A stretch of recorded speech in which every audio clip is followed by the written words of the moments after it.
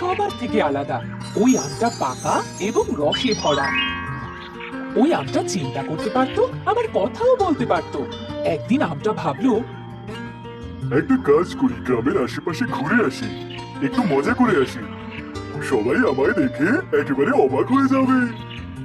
আমটা গাছ থেকে নিচে পড়ার পরে গড়িয়ে গড়িয়ে এগোতে থাকলো।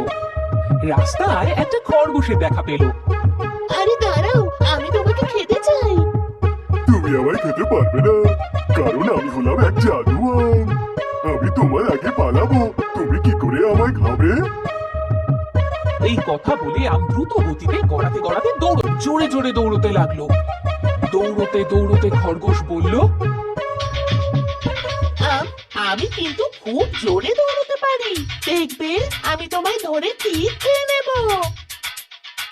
হ্যাঁ হ্যাঁ, চেষ্টা করো। তুমি যত জোরে দৌড়চ্ছ, তার থেকে তো বেশি জোরে আমি দৌড়চ্ছি। দৌড়তে দৌড়তে খরগোশ হাঁপিয়ে গেল আরো আবার নিজের জায়গায় ফিরে গেল। তখনই একটা ছোট্ট বাচ্চা ছেলে আমটাকে দেখলো। আমি তোমায় ধরে খেয়ে ফেলবো। তুমি বলে আমি হলাম এক জাদু আম। আমি তোমার আগে পালাবো, তুমি কি করে আমায় খাবে?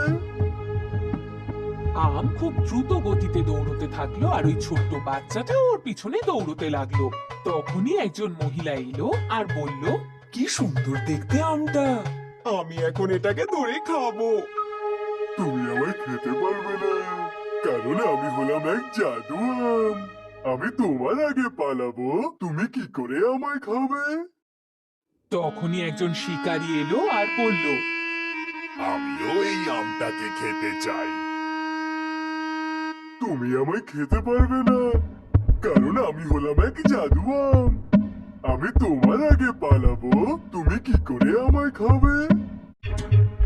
আম জোরে জোরে দৌড়তে লাগলো আর ওর পিছনে এক ছোট্ট বাচ্চা, আর তার পিছনে এক মহিলা, আর সবার শেষে এক শিকারী। এতটা দৌড়ানোর পর আম ক্লান্ত হয়ে পড়লো। আমি ঘাসের মধ্যে লুকিয়ে পড়ি, তাহলে কেউ আমায় খুঁজেই পাবে না। আম ওখানে ঘুমিয়ে পড়লো।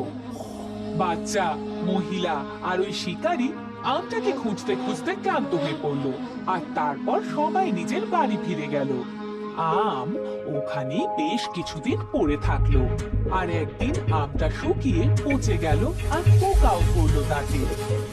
তারপরও ভাবলো, যদি আমি কারো সুস্বাদু খাবার হতে পারতাম। আজ আমার অহংকার আমায় নষ্ট করে দিল। এখন আরো কারোর খাওয়ার যোগ্য রইল না। ও মনে মনে খুব পস্তালো। নিজের জাদু শক্তির অহংকারে ওখানেই ও নষ্ট হয়ে গেল। নিজের সৌন্দর্যের জন্য অহংকার করার ফল ভালো হয় না।